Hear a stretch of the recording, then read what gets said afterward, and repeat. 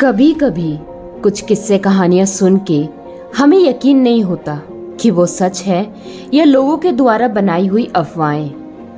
पर जब तक हम खुद किसी हादसों से रूबरू ना हो तब तक किसी की बात पे यकीन करना मेरे और आप जैसे मॉडर्न लोगों के लिए थोड़ा मुश्किल हो जाता है। मैं प्रिया। ये कुछ दिन पहले की बात है जब मैं अपनी फ्रेंड आरती के साथ उसके गांव कोल्हापुर गई हुई थी। उसके घर में उसके अलावा उसके आई बाबा थे। घर उनका छोटा था पर काफी सुंदर था। घर के पीछे एक बगीचा भी बना था जहां मैं और आरती सुबह और शाम की कॉफी पीते थे और खूब गपशप करते थे। एक दिन किसी काम से आरती को मुंबई जाना पड़ गया था। उसने मुझसे कहा, प्रिया मुझे ऑफिस के काम से यार अर्जेंट मुंबई जाना है, तो मैं कल शाम तक लौट आऊंगी, तो तब तक यही आई बाबा के पास रहे। मैं आरती के आई बाबा के साथ वैसे भी काफी कंफर्टेबल हो गई थी, इसलिए मुझे कोई प्रॉब्लम नहीं थी उनके साथ रहने में। मैंने आरती से कहा कि तू आराम से जा और आराम से आ, मैं यहाँ पे बिल्कुल ठीक हूँ। आरती उस दिन मुंबई के लिए निकल गई थी। मैंने अपना पूरा दिन आरती के आई बाबा के साथ बिताया, पर जब शाम हुई तो मैं ऐसे ही टहलने बाहर निकल गई। चलते चलते मैं काफी दूर आ गई थी और मैंने देखा कि कुछ ही दूर पे एक तालाब है। मुझे वैसे भी तालाब बहुत पसंद है, इसीलिए मैं वहां जाके कुछ देर के लिए तालाब के किनारे बैठ गई थी। मेरे अलावा वहां कोई दिखाई नहीं दे रहा था। मैंने सोचा शायद रात होने वाली है, इसीलिए कोई नहीं आया होगा। तभी अचानक एक लड़की साड़ी पहने हुए मेरे पास आके बैठ गई। उसकी मांग भरी हुई थी, जिससे साबित हो रहा था कि वो शादीशुदा है। वो मेरी ओर देख के मुस्कुरा रही थी। मैंने भी उसे देख के मुस्कुराया और अपने आप को इंट्रोड्यूस करा। हे, मेरा नाम प्रिया है। उसने भी अपने आप को इंट्रोड्यूस किया। मेरा नाम नज़मा है। उसका नाम सुन के मुझे थोड़ा अजीब लगा, क्योंकि उसे देख के तो लग रहा था जैसे कि वो हिंदू है। उसने साड़ी पहनी है, हाथ में चूड़ियां हैं, मांग भरी है, फिर नाम मुस्लिम कैसे हो सकता है? मेरे मन में ये सवाल आया तो मैंने तुरंत उससे पूछ लिया, आपका नाम नज़मा क्यों है? मतलब आप तो ऊपर से नीचे तक हिंदू लग रही हैं। नज़मा मेरे इस सवाल पे हंसती है और अपने नाम के पीछे छुपे हुए राज को बताते हुए कहती है, प्रिया दरअसल मैं मुस्लिम ही हूं। मैं ये बात सुन के चौंक गई। नज़मा ने आगे मुझसे कहा, मुझे एक हिंदू लड़के से प्यार हो गया था। अर्पित नाम है उनका, यही कोल्हापुर से ही हैं। हमारे घर वाले हमारी शादी के खिलाफ थे, इसीलिए हमने भाग के शादी कर ली थी।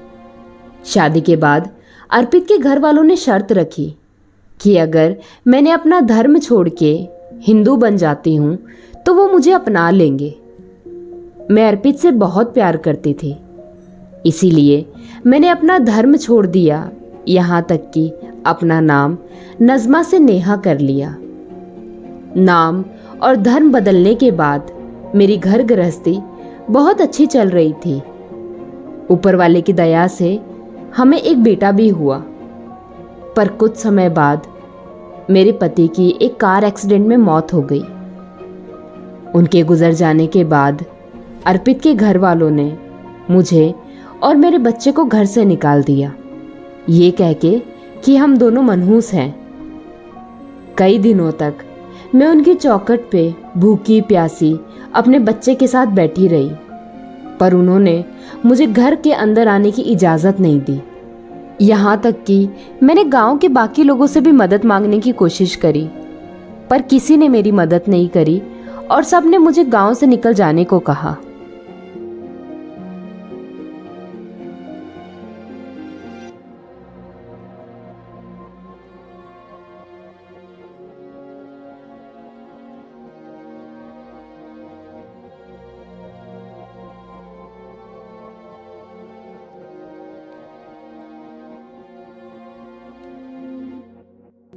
मैं बड़ी ध्यान से नज़मा की बातें सुन रही थी कि इतने में मुझे पीछे से आरती की आवाज सुनाई दी। प्रिया, प्रिया, तू क्या कर रही है वहां तालाब के किनारे अकेले? मैं आरती की आवाज सुन के तुरंत पीछे पलटी और मैंने देखा कि आरती मेरे पास आ रही है। मैंने उसे आवाज लगा के कहा, मैं बस यहाँ ऐसे ही बैठी थी, वो इनके साथ। इतना बोल के जब मैंने अपने बाजू में मुड़ के देखा तो नज़मा वहां से गायब थी। मैं चौंक गई और मैंने घबरा के चारों ओर देखा, पर मुझे दूर दूर तक कहीं नज़मा नजर नहीं आई। तभी आरती एक बार फिर से मुझे बोली, प्रिया उठ, चल तुरंत यहां से। मैंने उसकी बात मान ली और मैं तुरंत उठ के खड़ी हुई और आरती के साथ घर लौट जाने लगी। तभी रास्ते में मैंने अपने मन में उठ रहे सवालों को आरती से पूछना चाहा कि इतने में आरती ने मुझसे कहा, प्रिया, तू अकेले क्यों गई थी उस तालाब के पास? तुझे पता है वहां जाने से मना किया जाता है। मैंने आरती से पूछा, पर क्यों मना किया जाता है? तो आरती ने जवाब देते हुए कहा, माँ बताती है कि एक लड़की थी, नज़मा नाम था उसका एक बेटा भी था। उसके पति के मरने के बाद उसके ससुराल वालों ने उसको घर से निकाल दिया था। बेचारी के पास कोई रहने का आसरा नहीं था, यहाँ तक कि गांव वालों ने भी उसकी मदद नहीं करी। इसीलिए बेचारी ने इसी तालाब में अपने बच्चे के साथ कूद के जान दे दी।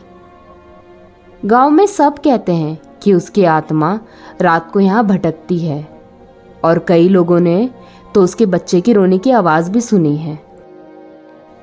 मुंबई लौट आने के बाद मुझे कई बार नज़मा का ख्याल आया कि अगर किसी ने बिना ये सोचे कि वो मुस्लिम है, जात धर्म इन सब को पीछे रख के एक इंसान बन के उसकी अगर मदद करी होती तो आज वो और उसका बच्चा जिंदा होता।